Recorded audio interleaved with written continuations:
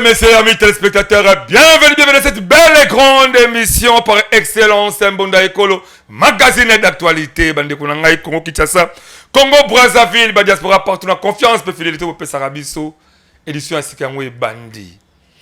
Édition on a 50 euros sur tout ce que Zali, Kamata télécommande na yo, Kichisango na C, on a la réalité aux Salama, on a la République démocratique du Congo, beaucoup plus na ba coutume na biso.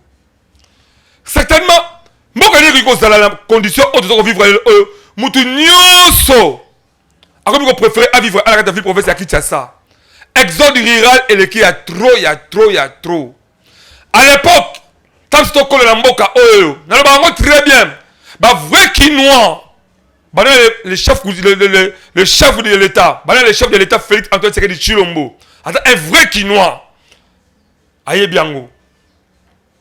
Mboka Ozalaka, tant au village, aux zones Kinshasa, au Koya, au Rekadabo bureau quartier. Bah identifier yo. Bah il va séjour de Eurosol la Kinshasa. Peut-être que aussi là-bas, Moutimo Mamoko Akangi Bisakane Azongi. Et d'ailleurs, à cette époque-là, bah villageois bah Koya à Kinshasa, bah là qu'on dit mais l'époque Kinshasa ça Kinzala. Amon Koya Kinshasa à Konda, Nzala. Ah Kinshasa blon Nzaleleki. Au moins la songi na Mboka. Peut-être que Koya Saka fufu, saka masango, ntabala maboko. Mais le oyo, na yebite ce que vous voulez saka ba analyse que nyoso échangea. Nous avons eu tambo quand j'ai ça, kana koli. Ba kana koli. Et non ba yaka po asala aller retour, mais mingi ba yaka aller pour tika la kata Kinshasa. Le contraire, à l'époque, ceux qui ont quinoa, na kena mboka, kudala ke mboka sur la zone force atike ah, aussi santé, oyo santé munene. Malgré que la balbage maï kakade pour consommer mukebe, on se dit que toke na mboka ko liya comme la kitoko. Mais le et comment ma baluka si c'est comme neuf. Mutu nyonso comme le ko luka a vivre à ta ville province Kinshasa, ville province Kinshasa be bisala pe ezalité, ba embouteillage je te dis et pas ina ba to makolo. Otala esprit de vie moko esprit de mort. Ce qui est tellement même 10 porteurs basako Hollanda. Pourquoi on est là comme ma colis moko ya muto somba na Gambela balo bilamba to na Zando. C'est pour vous dire que Kinshasa est comme pas si bon impossible mais grand pas si ezali awa na mboka c'est vie eza malamu mais na mboka pas si est comme na niveau 0 na niveau 0. Batazo ko bela na mboka ba kwa cheko likolo ya banzala mais mboka o ezalaka fufu ezalaka belé mboka o Masambo ezalaka, mboka o mbisi ezalaka, mboka wana bisika otobalo kende, ok ozana esero. Mais nini esala ke nyonso ya merveille na mboka ebunga. C'est parce que to bosani que congolais tout ça ba to o c'est to vivre na ba culture na biso, to ba ko respecter coutume na biso. To perdre ce tout colonie, il y a politique. Même mécanicien a comme besoin comme politicien. Architecte, elle a besoin comme le politicien. Pousse-pousseur, elle a besoin comme un politicien. Même besoin journaliste, c'est comme elle a besoin comme un politicien. Donc, Moutou Nyoso, Nakata Congo a comme besoin comme un politicien. Incompétence, il y a une autorité en Boka Yangwala. Parce que, nous avons rendre la justice à Malamouté, nous avons tchabba de la condition singalité. Comment c'est possible un village où il y a un village de la condition Moko? Chaque village, Bazalaka, donc il y a un arbre généalogique dans Bango. Ou pouvoir ezaka matrilinéaire, ou pouvoir ezaka rotatif. Mais le même pas pouvoir coutumier et comment politiser. Conséquence nango, tout le chef coutumier malongate. Tout le chef coutumier a le kuta, il y a Moibi, il y a le koso ya mbongo. Peu on a le chef coutumier même le village d'un chef coutumier avant d'avoir beaucoup plus sur un mois, est-ce qu'il avant la même 28 jours dans le village, dans 2 jours à déplacement. Mais le chef continue à comment mieux vaut à vivre 30 jours dans la ville province à Kinshasa, un jour ou un an dans le village. Le village a un peu tout, il paye été. Pas si na mawa. Bon, ça m'a solo oya. Bon, on a solo obet de ko na bi na plateau na bi le ndeko. Bamenga lukutaka na papi. Azali neve mwana nkasi otobana lingala. Ya chef du groupement Mumbanza Diakwaku. Mumbaza Diakwaku. Yo ndaza bon moité ha. Akufi. Yo ndaza kufa bon. Bango bazala groupement Mulengu. Muzengu. Groupement Muzengu. Bana groupement Munzengu oza secteur ya Lobo na territoire ya Feshi na village ya Malundu pe na province ya Kwango toni problème Kwango mobondo ebele na Kwango maladi oyo bimi lelo oyo ezangi même comme zo banate jusque là et bomi bato ebele Kwango zaleleki mais Kwango wana ba grand politicien ba bima wana ba Christophe Mbosso ba Yandre Kimbuta ba zebele ba Jonathan Bialusuka Wata mais tous ces gens-là, ça la canidi pour le Luka, Bombengo, Topé Bolingo, Kwango, eux avaient Kwango, Otoye Baka. Kwango, comme ils ont même biso à Pamba, Kwango, les sacrifices à biso. Le colonini, leur conso, il y a un Kotaka, dédoublement, chef coutumier, oh, le bateau taboula, Zela Moko, ma belle, ma coco, peut les conséquences, comme ça, Zale Koti Kwango. Moi, Mboka, Papi, le Kutakana, Bamenga, neveu, il y a chef du groupement Mumbanza, Diakwaku. Bonne santé. Santé za kimia papa nangolo ya nzambe mais moral kasi. Moral eza ko beba. Moral eza beba. Eza ko beba. Ba tu olongela bokolongola ngai noko na ngai azalaki groupement na Muzengu na Bengio. To Bengio te. Mais au sollicité o na mbonde école parce que bi ozali mbonda ya école. Mbonda ya Kinshasa te mais mbonda ya école. École la française ali ni pays. Mbonda ya mboka ya Congo mobimba tango oye awa oye po obeta mbonda soki ezobetama esengeli bamboka eza na pembeni zingazinga bayoka ke likambo ezali kuna ya esengo to ya mawa tala kamera wana yebisa biso oye awa na mbonda ekolo problème nini ozali yango kobomba te ezala clair po tozala biza solution bima. Ok, merci beaucoup monsieur les journalistes. Eloko naza koloba awa naza kodéclarer ndenge otu koloba ke soki lelo bamboka na biso ekoti nzala politique et continue à coutume. Donc, souci naza nango, naza na pasi, ya makasi, santé na ngai za raboité. Noko na ngai, azaki groupement, mutu a tcheye na pouvoir, oyebi histoire ya pouvoir na biso, eza minikongo ki tswaka semeti. Minikongo wapi? Le vrai minikongo ki tswaka semeti, a uti kokufa kalate. Mais na yebite, na moni surprise. Je pense beaucoup mon na bilili. Noko na nga bake ko arracher pouvoir na façon moko wana za ba enlèvement. Bake ko botoler pouvoir. Bake ko botoler pouvoir. Mutu moko boye azana cortège ya mituka. Aye ko bima wana alobi awande toye pona ko boko mona ngo ya bilili. Toye ko longola mokonji oyo ye azali moumbu. Mutongo nani? Mutongo ezali bazo benge mini Congo wana le vrai mini Congo mais ngana yebi. Mini Congo nani parce que mini Congo bakwa mini Congo yo nazo mona ba benge na komba zombie. Zombie pardon? Fabrice Zonani. Zombie soki nani bazo benge. Wa Fabrice wa zombie mini Congo zombie ozali le comme la mboka zakana le zaka soki le vaca de Sonani. Bah comme les banité donc tala kaka yo moko mo tatoni nango. Kombo na ye banité parce que toyebi ke bazo installer chef mini Congo, il faut qu'il y ait des groupements parce que parmi ba groupement wana baza kolandana Luanda Mbumba tout ça ne baya na histoire balandana ki ye mini Congo aweli saki ake peshi mini Congo mais bao balandaki sima bakanga bisika na bango tant bakangi bisika na bango alobaki na bango keno esengeli mutu nyonso akangi esika na ye ngana ya kotia elembo na babenga musanda. C'est pas dire que non mabele wana komi aye mais ayebi nde histoire faut un vrai témoignage soki ye ayebi histoire te mais parmi bato bayaki elongo nde bayaki wana sont des voisins bayebi ba histoire bayebi que non ngai Luanda tokangamaki na Mbumba par exemple na ye ayebi histoire ya Mbumba ke Mbumba suki awa ngala bandi awa limite na Mbumba Muzengu idem batali kuna Katambi limite na Muzengu c'est ça. Donc ponctualité exacte le lot comme mona mutu moko boya zalaki neka soit jouer a commis roi ya basuku c'est pas normal le lot soko zolo bake nzale koti na kwangu c'est par rapport à ça mukolo eloko asaka mukolo eloko yo ye olongoli tango alongo yake anyongi tango anyongi est-ce que mabele wana koyokela yo mto ye kozwango parce que ekomi système enveloppe tokoko kende musika te nyonso wana ba politicien baolanda ba enveloppe VPM il faut attirer attention.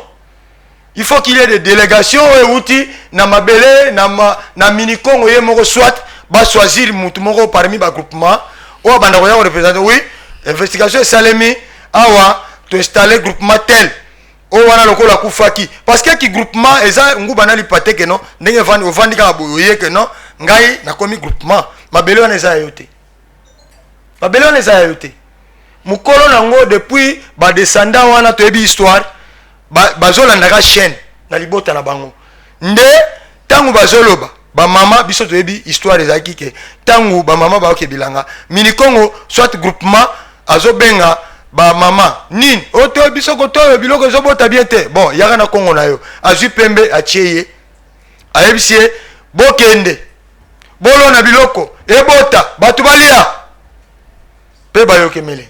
Mais le côté là, nous le but pour tous avoir ma TV, bateau qui paye histoire moula été. Obi, aux ambala monté, ba botoli no kola no bokonzi. No kola no botoli bokonzi. Roi Beniko mususu fa obi zombie ayeko bima wana. Kavabioko. Fa? Comment on a se rappelé Kavabioko zombie. Kavabioko zombie. Est-ce que bino ne fa ba suku, boza ko ndima été, boza ko ndima été, ba boka o tout ya ko installer ba konzi. Boza ko ndima Kavabioko zombie to boza ndima été. Vraiment, merci beaucoup pour la question. Na ko regretter mingi. Parce que pouvoir coutumier eza eloko ba mascarate. Kavabioko aza biso to yebiete. Depuis naissance tina botami boye na kati ya chefferie ya mini Congo na tikala koyoka kombo. Baza musuku boye bien la qualité ni pas suku. Bon, akoyiko zala musuku abotami na Kinshasa, abotami par-ci par-là, mais ayebi histoire te. Bon. Merci beaucoup. To yebiete. Donc Kavabioko zombie bozo ndima été. Mais qu'est-ce qui a fait que le Kavabioko zombie aya akota? Merci beaucoup pour la question posée. Ngana koloba boy. Kasi politique ekoti na coutume. Ye zombie Kavabioko tangu kitwaka kufi biso na monoko mboka balobaka mukore ko shimbis kan nanga oyo na pesio simba yango. Ngai état de santé za bien te na kei na ngai. Soki batu nanga baye opesa bango. Même makambo to lobela coutume salema. Bano baza bana mike mais simbela bango pouvoir o diriger yango tango ba koma batu o lakisa bango lo lenge tambolaka yo zonga no sima isalemaka mais na ye mbala moko azui point de démarrage akei ye ba simbisa ka be pouvoir oui ba simbisa ye ko simbisa ba simbisi c'est pas dire bon pour ne pas dire que non ba simbisa te ne na za reconnaître parce que soki ba pesi au pouvoir ba honorer yo il faut ba chef de groupement d'abord na pêche mini Congo chefferie ya mini Congo place à Vandi na Masimanimba na pêche soki kuna basuku pe ndambo bazali mais basuku mingi bazana territoire ya pêche siko ba groupement wana nyonso tozola na majorité ba groupement wana nyonso ndenge baza wana soki bazoko tia chef mususu ya sika il faut ba inviter bango ba inviter bango bayoki discours babi non awa avant kutu même ayawa rapport ko uta na mboka biso to ndimie yeyo mutu oyo esengeli akamba biso na faire coutumier mais salemata awa ebetamaka tutu kana ndenge ka ya mbongo ba enveloppe mais babosani ke biso na monoko mboka baloba wasenda mvunzo wasenda bake Kavabioko zombie ayaki abotoli noko na bino pouvoir à installer mutu musu asika le sika noko na bino azali à vie. Oui non abotoli pouvoir Rolanda na TV kuna Rolanda non to histoire de naza les matres OK donc Kavabioko tango azui pouvoir wana basimbisi ye batu moko boye oyo famille Kochimbambo oyo bazoya lokola ba opposant na biso oyo biso to yebeli na histoire na biso te ya pouvoir bayeko bima balobi même pas l'arbre généalogique na bino jamais to yebi ba arbre généalogique na bino ezali pasi aya ko ambuya ko ta pouvoir na bino voilà le ba peut-être que ça arbre généalogique na bino mais bazate la droit peut-être à moment là ko pouvoir Ce n'est que ça, ce n'est que ça. Bazana droit wana te. Pe pouvoir epesa mabongo te. Etalaka mulongo ya famille ya libota wana au pouvoir esengeli. Soki bato basili peut-être ba moi koko moko azana ko tawan parce que bato basili. Bango bayi ka bezaki gonga. Bango baye basali yango wana na kobenga yango politiquement. Soko tali na bilili okomona ke mini Congo atambola na cortège te na ba policier. Mini Congo atambolaka ye moko okomona kaka na bato na sima bazolanda ye population ezolanda ye na makolo. Parce que par là to bani po to senga de bango.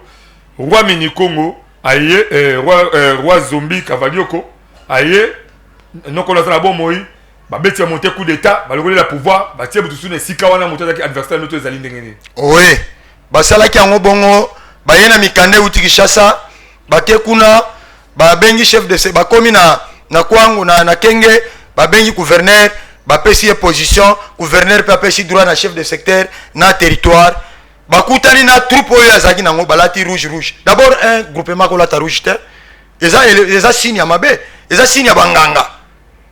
Un groupement sur la rouge laxi que mboge baby Pas même basuko za bongo. oui Bon, toi quand on dit va régie na lingi na ko senga toi dans l'élément oyo ya roi Cavalioko zombie comment est-ce que basaki installation il y a chef du groupement à côté de Sénégal on décolangai baza ko dénoncer baza ko baké au bâti chef du groupement là zali faux chef groupement un vrai chef fondé oyo bon histoire n'est appris mais pour basala bango qui zali roi zombie Cavalioko akele ko installer un faux chef groupement au bango famille au bango mboka bazaki contre Moussa au roi zombie akele ko ça ko na niveau ya village la bango toi élément on révèle après c'est parti la régie.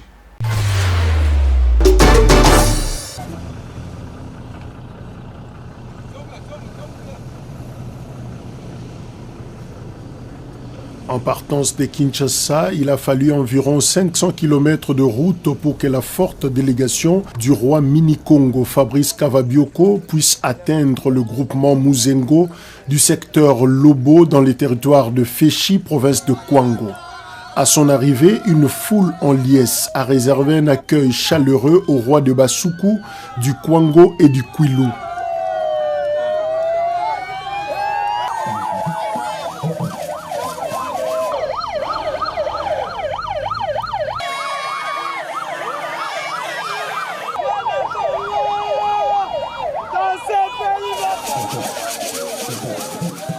C'est sous cette tente en rameau que la cérémonie officielle d'installation et d'intronisation a eu lieu en présence de la population locale, des coutumiers et des représentants étatiques. L'administrateur du territoire de Féchi, Georges Matabisi, s'est dit exécuter les instructions de sa hiérarchie en installant officiellement le nouveau chef de groupement Muzengo.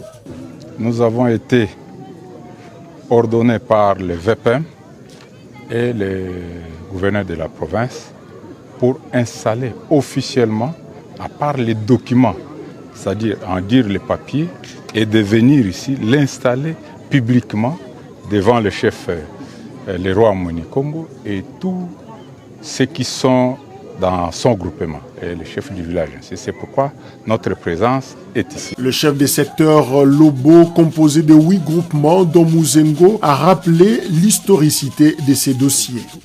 Je crois bien que le problème est dans le secteur Nangai. Kambo est utile colo.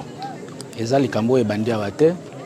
Je crois bien que dans le mois de janvier, c'était le 5, il y a une délégation qui Kinshasa et juste dans le ministère intérieur et il y a qui pour vérifier la légalité du groupement Muzengo. Alors, vu où il est la date le 31 décembre 2022 dans Kingongo, on a souhaité que l'événement est le cas dans le chef-lieu du secteur. C'est comme ça que les deux parties. Parti où installé les lots na autour Bima, interroger qui bangomi balé, on a exhibé qui ba document, ba défendre qui on a taloba qui ba kokonaye. Alors délégation zonga qui et promettait qui bisoke vous aurez la suite. Il y a enquête oyo. Alors arrivé dans le mois de mai, suite à Bimaki, un message officiel, il y avait PEM qui nous ordonne d'installer officiellement M. Mengawaku Osimbambo comme chef de groupement Muzengo. Après la cérémonie officielle d'installation, le roi Mini-Congo, de qui dépend le groupement Muzengo, a procédé au grand rituel de réhabilitation et d'intronisation.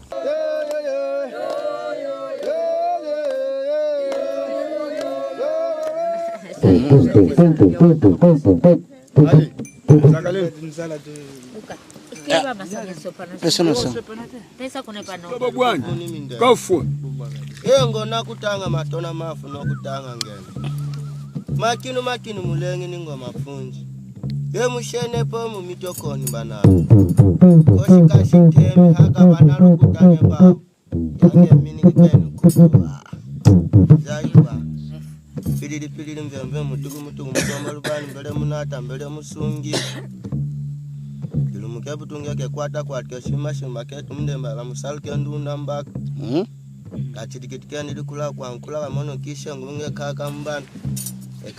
Le roi Fabrice Kavabioko a fustigé publiquement les dédoublements des groupements par des manœuvres politiques et a salué l'appui du chef de l'État Félix-Antoine Tshisekedi Tshilombo dans la restauration du pouvoir coutumier.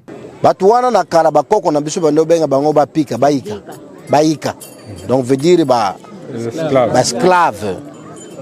Malgré que nous sommes en 2023, dans le 21e siècle, il n'y a plus d'esclaves.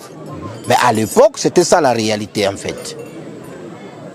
Et na kati ya mabota wana, batu wana nde batungisi bukonzi makasi ya pouvoir coutumier. Batu wana bazali makasi na bakelasi, na ba relation, na ba appui politique et batu wana babotola babukonzi ya ba famille originaire ba o bazali ba yon droit batu wana babotola bango babokonzi ndenge moko likambo ekwei lelo awa na kati ya groupement Muzengu na reine ya Félix Antoine Tshisekedi Tshilombo na promesse oyo ya pesaki ba congolais que état de droit ezapo na moto nyonso. Cela veut dire quoi? Tango bato nyonso bayaka na biso bautaka na ngai Mini-Congo na Angola tango bayaki ko bunda bitumba wana Mini-Congo bato yo bazalaka ba groupement te bazalaki ba faso veut dire bazalaki ba lieutenant. De retour sur ce plateau exceptionnel ya Mbonda Ekolo magazine d'actualité installation oyo epesi moka mobimba pasi oyo bandeko bayeko dénoncer bayeko le bakeno neko Zombi Kavabioko installation kena ko sala wala ya chef groupement na ezalaki ya mutu ozalaki na ni qualité ni compétence ya ko zala des groupements parce que des groupements yemoko azalaki envie pour bango bazo considérer ngozaki coup d'état au mwana mboka Zombi Kavabioko akena ko sala kuna na groupement Muzengu ça boyete secteur ya Lobo. Alors après coup d'état obilo zobe ngoko coup d'état nini eko sala mapolelo oyo pe nokono actuellement azali wapi. Merci beaucoup ebembeza na noko déjà akufi wapi akufeli kaka na Kinshasa wa alongaki mboka yiki sasa bango nde babengisi ye balobi bango banani zala clair ye Zombi na troupe na ye famille Kochimbambo na ko dénoncer ba komo na ona ko banga susté. Très bien. Ezali mama Nana Manuanina y compris ndeko na ye Gilles Disudia Nzenji bango nde basala kinini famille na bango na bokonzi na bango ya ko soudé ba benyango Kochimbambo donc bango basali famille ya groupement akoti sikawala voilà Kochimbambo VPM place tout bazaba yo kango parce que bango batu apesa ki bango mikanda biso debike mikanda bana na mboka et ye na VPM bokonzi ou excusez bokonzi ou ta na l'état té chef coutumier a ou ta na l'état té a ou ta ni na poche ya motu chef coutumier a ou ta na famille ba ko sala choix na famille régnante batali voilà to bibisi mon na biso écrit ni mateta ba bibisi ne ba présenter na ba autorité ti et ko ba niveau ya l'état aya ko pesa siko ordre ba ke oui muto famille apesi ga yeto utambola ni na ye mokoza uta kata uta na l'état pour l'état a ko imposer mokoza village mo ezala kati parce que muto to so mo na l'état wala banda même mokoza mboka na biso so to ya mutu azala village na ye pe azala coutume na ye mutu bongo to ko kontra coutume ba to asala maintenant to asala la pouvoir mo par force azalité ce qui au moins que mutu na village na bino il y a peut-être le col exemple ngala zali bon prenez exemple nazali Mungala na ba Congo na ko imposer pouvoir coutumier ko imposer ko installer mutu moko la par force et puis ba Congo c'est que eza infraction moko grave parce que ngai etaki mungala to ngai lokola mutetela na village na ngai na kolinga te muyaka ay ko imposer mokozi mboka la ngai mokozi akouta na kati ya famille ba kobimisa mokozi ba présenter na ba autorité pour ba autorité ba tia mokolo to ba ndima ba tambola elongo na ye alors bolobi ke Fabrice Zombi Kavabioko ayi ko installer mutu oyo ezaki non na azaki mutu oyo azaki na kati ya famille régnante te a poser mutu oyo azaki comme adversaire na bino bato wala ka bokonzi bon comment le kola la de groupement la kati ya village na kati ya groupement moko n'est-ce pas c'est ça alors groupement oyo ya bino oyo bayi ko imposer wala autaki pa bandeko to tanga ko botaki ko mama nani mama Nana Manwanina bango ne bazali ba opposant na bino na oui na oba bengi Gilles Disura Nzenji voilà bango ne bazali ba opposant na bino bango nyonso wana babenga mina Kochimbambu VP Mayokanga po yem tapesa bango tala kasika kamera lo batoke ouais sikoyo na minute wana tango bango bakena ko installer ba installer mutu wana babengi siye balobi landa biso na Kinshasa pe ya na Kinshasa ba pesi ba numéro ba kabeli voir même téléphone tango akomi na Kinshasa alala ki epa na ye na mokali awa 2 jours a rappelé bango abi bon ça va dans les bons ngana zoya na komi déjà wana Kinshasa bolobi nini monsieur wana Disura Nzenji Kochimbambu wana alobi na za wana siapo ya Pascal Yaka pe ayaki kolongono omoni même na photo na ye balé ba photo ya ndeko ya chef groupement za mowe en tout cas paix à son âme tout le monde a payé ninga zalaka voilà alors état de santé na ndengo moni na salon avant na yona eza et pas ya maman Nana Manwanina famille yango wana Kochimbambu obatie wana obatie kuna leki na ye lokola ye azana source ye akileki na famille ba adversaire na ye voilà ba bengi kapeli ni na ye pe ya adversaire vraiment aye bakite ye selon ye bon atalaki même kuna tango bazo sala makambo wana atikala ka mutu azo kokamwa abi bon naso comprendre quel phénomène nana monate tandis que ce sont tali même ba groupement la biso ba collègue na ye ba katambi ba mulasa tout etc bazana territoire afesh ba monana wana te donc eza eloko mo ba keka ngai même si bazo installer mutu même si bazo juger makamba coutume ba benga ka famille wana coutume ba epse benga famille na yo est-ce que biso tozala et après tant qu'il ko se retrouver kuna alors tango ye awa babi ay kende pa na bango akomi pa na bango bazo envier lac moko eza kuna eza lac moko eza na ba minéraux selo bango lac eza la boîte ezali kuna na groupement la biso muzengo yango nde bato ko envier ngwana yango nde bango ba envier ki basala ba projet na bango ba juif ba ke resomba yango siko chef de groupement lobi non problème ezate bino lokolo bosali boye ngana ye bolobi nini bango balobi biso to peso mutuka to peso le pan selon malobo biso to kutaki na muto oyo ayai ko assister ndeko na ngai ya mwasi oyo ayai ko yamba muwei na tango ya komaki déjà na koma o azo y relater toza même na chef moko kabukulu azali awa camarade na ye bazaki na mokali akorelate ba histoire wana nyonso parce que ndenge azao kende kuna ndenge akende kuna ayai ko yebisa tala makambo ezoleka kuna na yango biso tozaki na musika yaya na ye azaki pe musika na kisangani akumba masuwa aye na retard ngai pe naza vétérinaire nazaki quelque part na ba ferme nazo traiter alors tozaki surpris tant to ye ko ngai na en personne message kotelinga parce que place nazaki réseau ezaki mobulu tant na obima na place réseau na moni message na tangi message babi ndoko akufi nazo kanza wa keki sangani parce que groupement na po ya Kinshasa abengaka résidence na ye pesa na mokali mais bango balobi te lokola yo ye awa fallait pas osala na ikoko wana zala na biso baloger kuna azui maladi kuna tala état de santé na ye okomona ke photo wana ozomona pendant combien de jours 3 semaines 3 semaines 3 semaines wana azui fièvre kuna ba faire traiter kuna alors tango ba ser bazui message ke bango mo babi ono azobela tango ba ser bake kuna bakende kotala ye balobi a garde malade azalaka te ayaki na mwana moko ya ba 12 ans mineur c'est ça tanga ayaki tsa nzoto makasi oui bango bakuta bazuye après 2 jours bango bazuye oui akofanda bango pendant 3 semaines oui na 3 semaines la bani malade maboko na bango na maboko na bango bino boke tala babio awa garde malade akota kate c'est ça ça ina kati ya hôpital bi la kati ndaku voilà hôpital wana bango balobi eza hôpital ya famille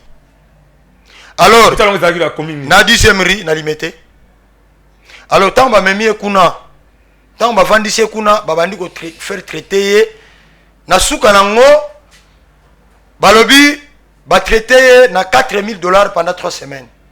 Maladie yango biso famille to yebite.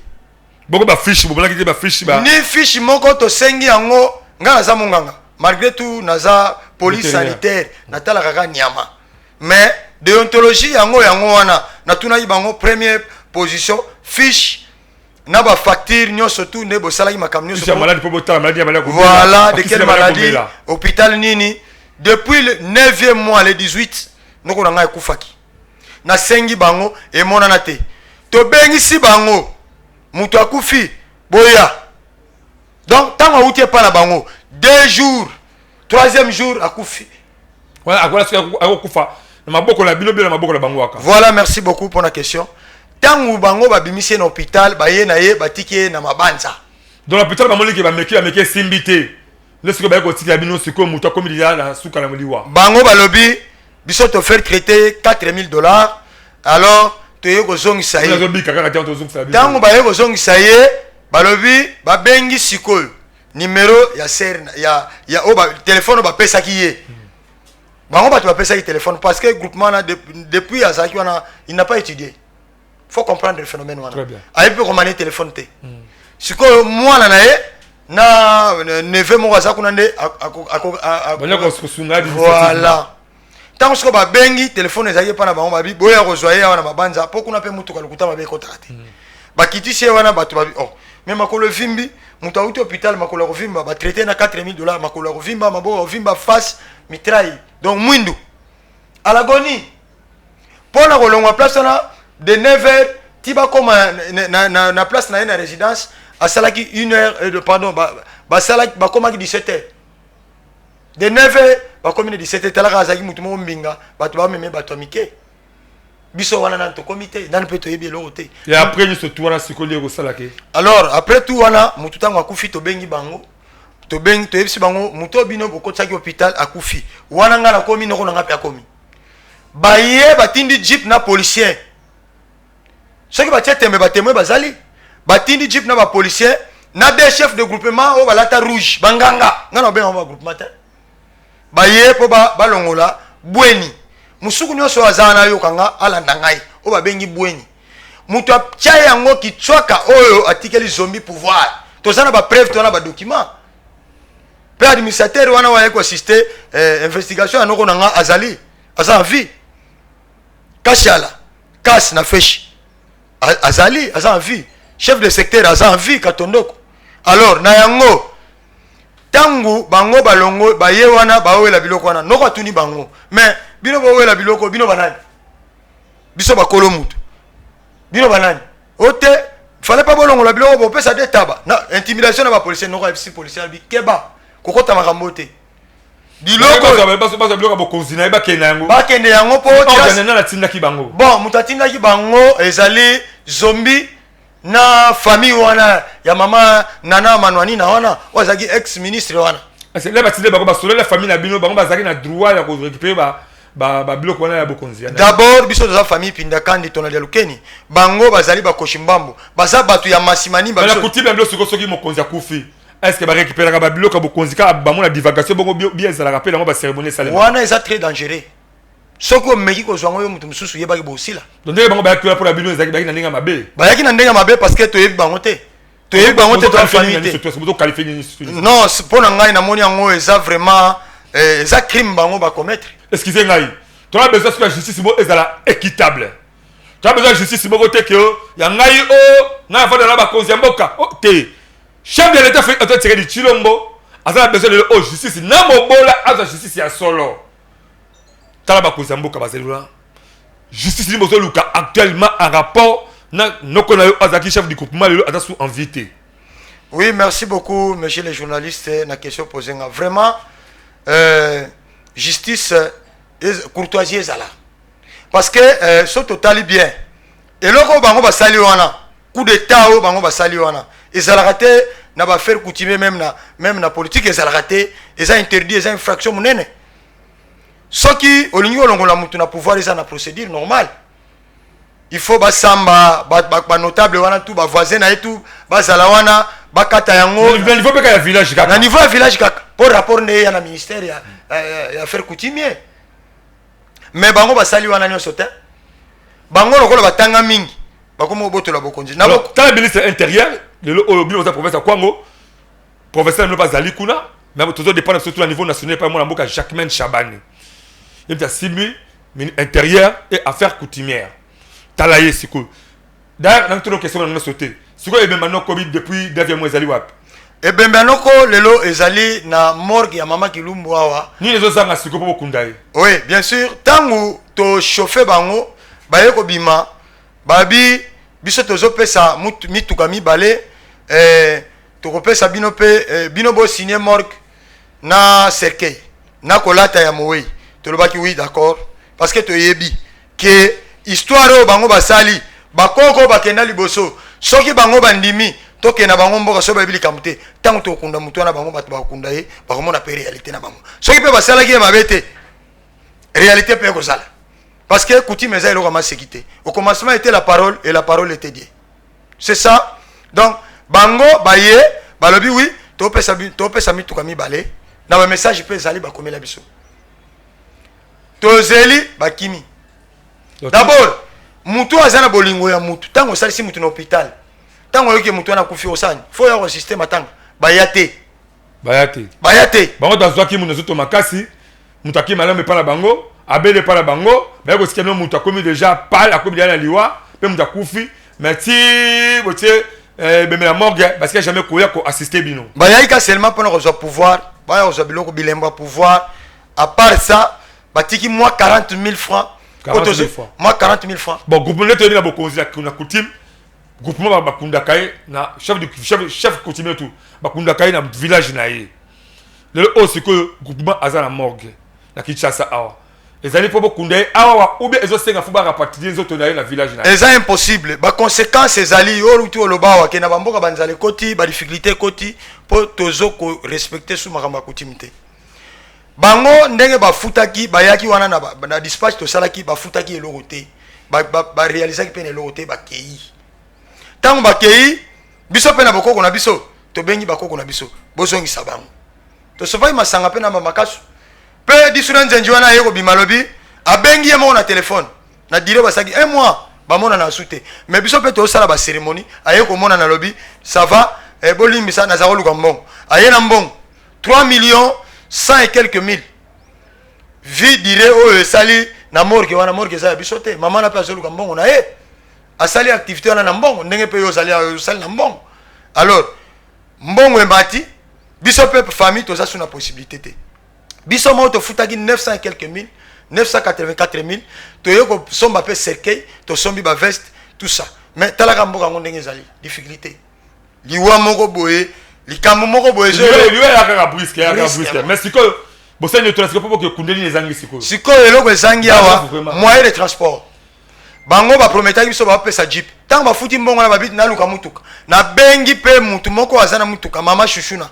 na ebisengo bon na zui mutuka alobi bo ça va na roya to leki jour 3 jours 4 jours comme une semaine ayeko bima tango abimi alobi te namoni mutuka mona te possibilité zate to kunde na tweng na ebisie papa merci beaucoup ndenge lobi to kunde na twenge ngabi te mutoyo ya solo ba yebi ala Kinshasa ala Kinshasa c'est impossible mutu wana ndenga zana biloko azana ngwata autopsie ba osalite alors na yango wana to mona jango complication biso ebisi bango te ça va yo bo vanda wana na morgue na noko na ngaya mukolo ngala zoya nde na bengaki bato ya sécurité police et ay ko récupérer ye azaka la cachot te tondeli butongo non tango bakangi ye na la police samedi dimanche alali na maboko la police normalement selon loi il faut 48 heures dans la police le jour ya Rolanda donc OPJ tango azui o histoire à l'obit non dossier za sérieux atindi na parquet tango atindi on a parquet lundi a commis na parquet ngai na lundi kuna to pesi ba déclaration normale en dehors de ça ba yepsi biso bozonga mardi to zongi mardi ba avocat ba yi po biso na moyen ko ba avocat mais dossier ça clair peut-être ndenge na zo relater au boye soki oza mutu vraiment bon nzambe zali justice c'est normal on comprendre que pour avocat ba yepsi ça ende po asali là nde à partir wana batindi ba avocat balobi liberté provisoire biso to lobi na njili yao na parquet njili ba magistrat na basali kamwana na local 12 baza mwasi na mobali fo landa esambiseli na bango fo mona kake ba luka intérêt moko boy mais les cambo ça donc ba magistrat corrompu ba yena ba avocat na ba pesi enveloppe tant ba enveloppe ba lobi to pesi liberté provisoire to ndimi lobi ayana biloko nyonso ayana mbongo apesa bino bozwa mutuka bosani bokende okunde bembe ayaki na mutuka ngo na lelo eloko moko te négatif. Ok, tout le monde a émission tout ça makabato courir derrière le temps. Bon ça surtout bon la mutuka nande ba libérer na niveau parquet au bino moment que injustice salé na niveau parquet ça bino. Alors nani sikoyo tala caméra wana tala ministre VPM ya intérieur mon amboka Jacques Chabani ta simila affaire coutumière. Tala pe ministre de la justice Azali wana mon amboka Constant Mutamba. Tala pe le garant de la nation le chef d'État tiré du Chilombo. Message ni on lancé et pas na bango en rapport na liwa noko na yo o selami obi ke basala ke coup d'état et après coup d'état ba ka batwana ba mener soutien na liwa et quand batwana pe le o ba sudoli zo toni na kata morgue et c'est que l'idée que azala kata village de pas kundai na coupement na e ben atenga le sur la kata morgue ta la caméra wana message ni okola c'est pas ba autorité mboka. Vraiment merci beaucoup na ba konzi mboka mbote la bino nanu na banza ata matata tsanga ngai photo ya chef ya groupement wa Kufaki ba mona pe photo na ye le sur la boue. Merci beaucoup pour la parole. Mbote na bino ba konzi bisika bozwami mingi longonia et pas chef de l'état.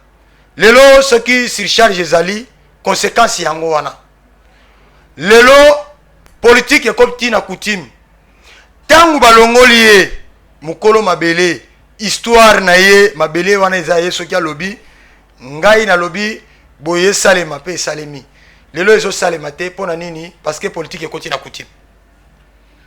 Pour dire que politique ekoti na coutume bolandi histoire na ngandenge na utu relater nazo senga na bino vraiment bo soutenir nga batu wana boyoki bakombo na bango wana na pesi déjà annonce wana ekomi na niveau na bino mais bo soutenir nga chef coutumier bakundaka ye na esika na ye makulu tangu tozo violer loi wana nde mabe ezo ya nzale koti na bamboka awa na kini bozo mona kaka embouteillage ya mituka mais embouteillage ya batu bozo mona ngote si embouteillage ya batu nzale koti na bamboka po bakolo bokonzi bobotoli bango bokonzi po bino awa botangi mingi bozwi bokonzi boke bobotoli bokonzi boye na VPM bokuriri bopesi mikanda na biso nde ba chef yango wana bakolo bokonzi batikali maboko na matama mais na butu soki balali balobiti babengi pe bakoko nzale kokota te si mabele koyoke melata mutu akoti wana akoloba boye osimba te nzale koti na mboka nde yango bomoni plein na Kinshasa surtout na Kwango bo se renseigner bozana ba information bisika bovandi wana eza ko chaba surcharge na chef de l'état lelo yo soki nzale koti bakolo bokonzi batia maboko na matama. Monsieur les journalistes batia maboko na matama bakomi ko nyonga yango nzale koti mbinzo ezo mona na te fufu mona na te masango ezo bota sute donc malnutrition koti na bamboka yango be na kende Kinshasa tant ba yo na Kinshasa moto epai partout oyo ba conflit ezali il faut vraiment ezala na initiative ya bien il faut ba respecter coutume eza respecté te awa plein na plein soko tali na bilili botali même bonde botambola bato ya makolo ebele Kinshasa ezala boite na ngana ya Kinshasa na série ya kini ya solo kini bouger na mona boite ba sachet plein po mutu tango ayena nzala ya Kinshasa akuti bandeko na ya musala ezate si akotoka mai abandi oteka mai ba sachet ngana meli mai na bwaki sachet parce que to komi ebele qui n'a pas que le kitre oui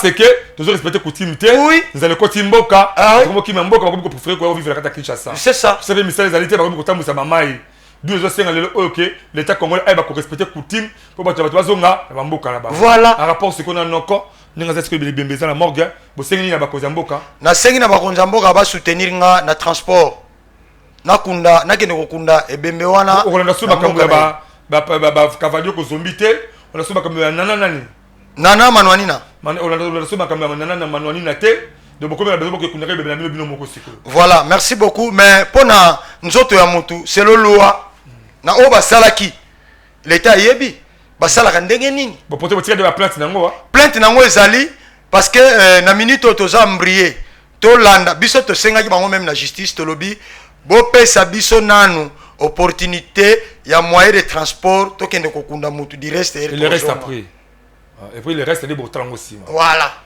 Voilà aussi si j'ai mission à Mukalelo. T'as la bande de basuku bana quand ville province à Kinshasa partout na ba poto partout. Pesa mon message moi 30 secondes. Merci beaucoup bandeko na ngai.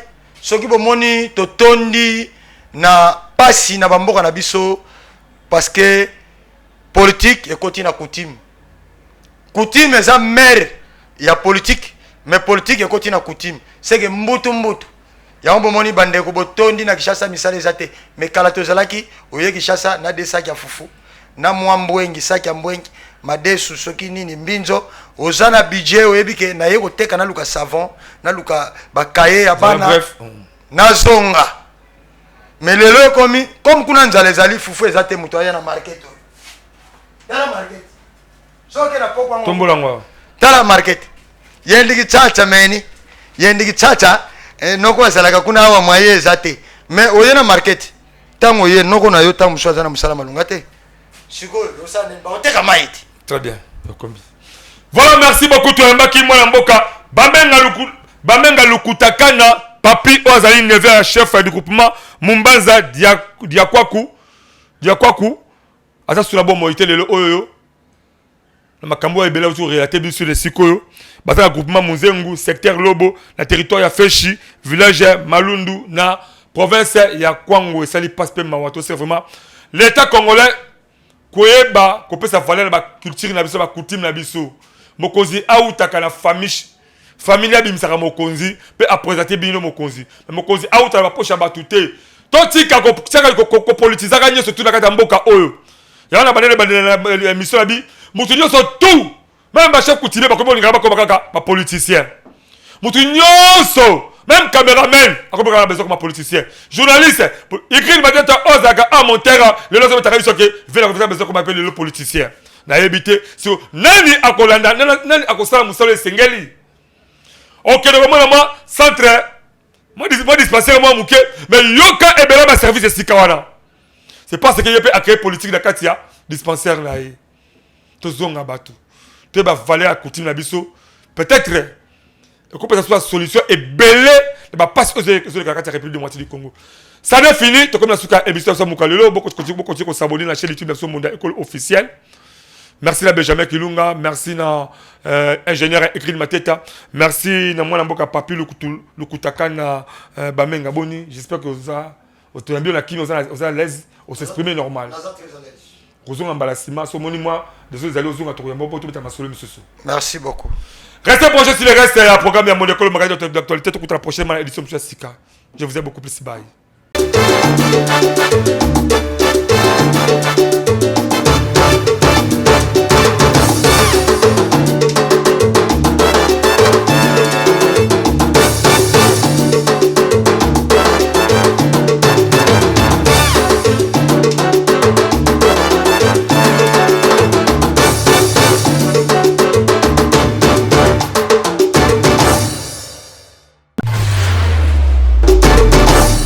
Merci beaucoup, peuple congolais, Banayakin, de partout, Esika, Bozo Landangai, Ngai de Konabino, président du conseil d'administration et à Fondation Jonathan Sang, président initiateur, na Yebisa Kabino, Tango Toyaki, ko présenté Fondation Oyo, Torobaki était Toye Pona Social Yamboka. Voma pona bino nyonso oyo boza kolanda ngai na pesi bino rendez-vous le 22 décembre ekozala na 13h na commune ya Matete quartier vitamine 1 numéro 11 référence soki oye okomona otuni kaka rond-point Musuja. À partir à rond-point Musuja, ceux qui otuni numéro 11 bakolakisa yo oyende okokuta biso Fondation Jonathan Sangu na cérémonie ya partage de vivres avec bandeko nyonso tu oyo bandimaki kotambola na biso uta le 1er janvier 2024. Na sengi la bino bandeko mususu bozalaki ko hésiter, bozalaki kondima te. Fondation Jonathan Sangu eye eza kosala aventure te. Tozande na posa ya ko contribuer pour na mboka na biso, les social de notre Congo, les social de notre Congo. Ndenge bakonzi baza kobunda biso pe tolobi ata soki tozwi nanu chance ya kokoma bisika esengi to pesa makanisi na biso te, mais to penser to pesa oya biso makanisi na nzela ya etando eke yango wana présence na biso eza awa na sengi biso nyonso to se retrouver le 22 décembre et ensemble biso nyonso ndenge na lobaki pona yo mutu ya tembe yaka le 22 décembre na 13h okokuta Fondation Jonathan Sangu bimona meso yo moko mona na misu après okende pe kopanza Sangu. Fondation Jonathan Sangu etikali maboko ya kofungwama pona ndeko nyonso tu oyo alingi kokota kokoma membre comme oyo alingi à travers Fondation Jonathan Sangu misala na yo eyebana tozawana pona yango. Vraiment mingi ya koloba te to sengi bino to pesi bino d'abord merci pona ta oyo bino bo permetaki ko pesa biso pona kolanda biso na oyo nyonso tu toza kosala na yo na ngai to kosala ke Congo ezala Congo ya valeur. Le social du Congolais doit être changé par nous-mêmes les Congolais. Merci beaucoup, que Dieu bénisse la RDC, que Dieu bénisse la ville de Kinshasa, que Dieu bénisse la commune de Matete, que Dieu bénisse la Fondation Jonathan Sangu. Merci.